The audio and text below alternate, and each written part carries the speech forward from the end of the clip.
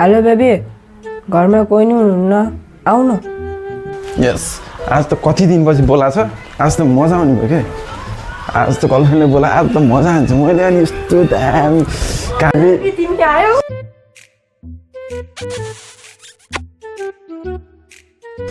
ढक्क लाउनु पर्यो। भला कोही नि त हुनुहुन्न नि।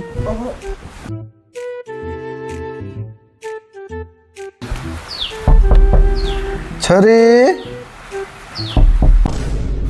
बाबा हजुर कति लाग्यो?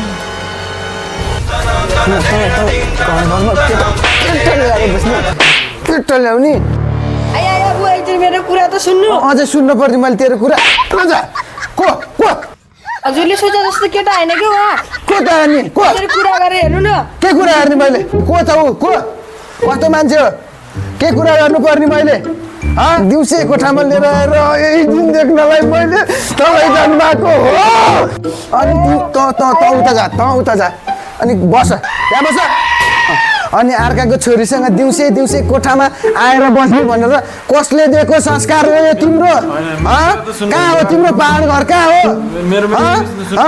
कति कक्षा पढ्यौ तिमीले? बुद्धि छैन? बुद्धि के हो यो? गुको मुला जस्तो हलक्क सप्रेर अलिकति पनि त्यहाँ गिरी जाँचे अलिकति पनि राम्रो कुरो लिएर आएनौ?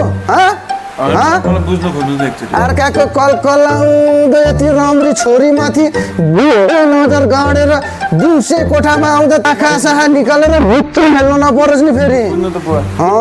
चिनिराख फेरि म को हो भनेर। सात गाउँ पारीसम्म मलाई चिन्छन् नि फेरि। मलाई बुझ्न त खोज्नु भयो। के बुझ्न खोज्ने? काम के गर्छौ? काम त खासै केही छैन बुवा। काम केही छैन? के हुन्छ त नि? काम बाबुआमासँग यसो यताउति गरेर ललाइ फकाइ गर्ने होला, बाबुआमालाई पैसा लिने होला, क्लब जाने होला, तरुनी फुल घुमाउने होला। के काम के? अहिलेको ट्यापेहरूको काम के हुन्छ? ट्यापेहरूको काम एउटा पेट्रोल पम्प छ बुवा, एउटा ग्यास सप्लाई छ बुवा। होइन होला है? हो बुवा। होइन होला है? डाँटेको होइन बुवा। साँच्ची हो र?